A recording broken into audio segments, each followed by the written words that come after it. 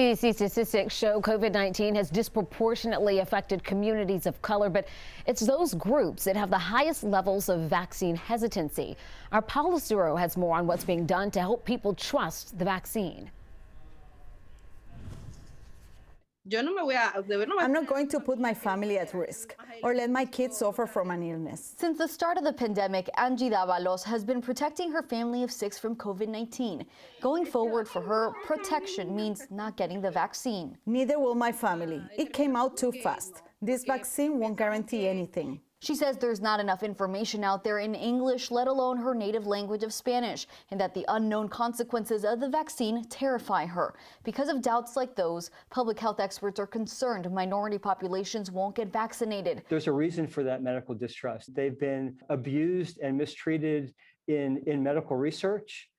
Through discrimination in healthcare settings. According to the CDC, as of last week, Black people and Latinos are about 3 times more likely than white people to get hospitalized for the virus and twice as likely to die. Low-income workers, Black and brown workers are disproportionately represented in that group of essential workers.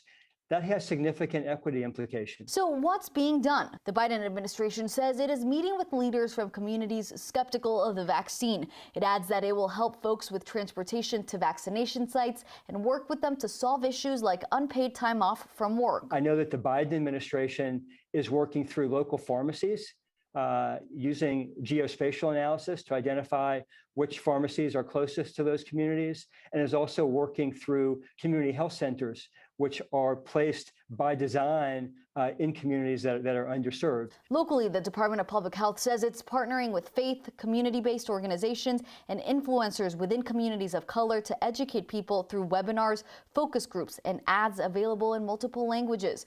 And while supply now seems to be the real struggle, Dr. Kathleen Toomey says they will be using mobile vaccination clinics and providing rides to make vaccines more accessible. They have not made it easy to find clear, trustworthy information.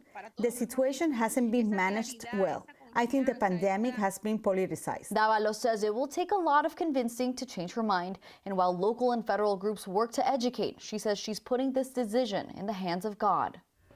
We know a lot of you have so many questions about the vaccine itself. So 11 Alive recently helped a local mom and vaccine skeptic Joy Howard take hers directly to the experts. She interviewed 4 different doctors, getting answers on everything from research and development to access and safety.